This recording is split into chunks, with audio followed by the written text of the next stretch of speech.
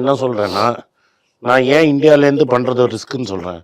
மோத்திலால் ஆஸ்வால் பண்ணோம் அந்த S&P 500. S&P 500 அது வந்து மியூச்சுவல் ஃபண்ட். அவனுக்கே பேன் பண்ணிட்டான்ல.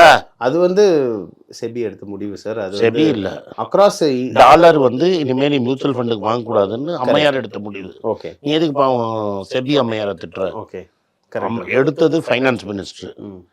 S&P 500 அவுட்டு, நாஸ்டாக்கும் அவுட்டு. வேற ஏதோ லூப் இல்ல.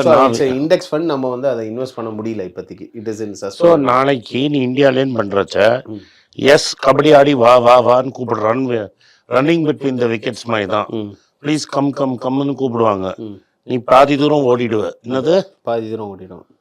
அப்புறம் no go back go back go பேக்னா அப்படின்னு விக்கெட்டை தூக்கிடும். அஸ்வின் மாதிரி மன்கேடே பண்ணிடுவாங்க. கரெக்ட்.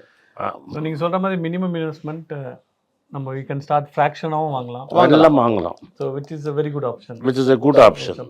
டு ஸ்டார்ட் வித் எவ்வளோ சார்? எவ்வளோ பணம், எவ்வளோ டாலர்ஸ்? என்ன கேட்டாக்க நான் சொல்கிற ஆளெல்லாம் நான் சொல்கிறேன். லெட்ஸ் ஸ்டார்ட் நம்பர்ஸ்னா மினிமம் $2,500 வச்சா தான் கேமே ஆடணும் என்னோட ஃபீலிங். ஓகே, டேக்ஸ் 5% தான். So why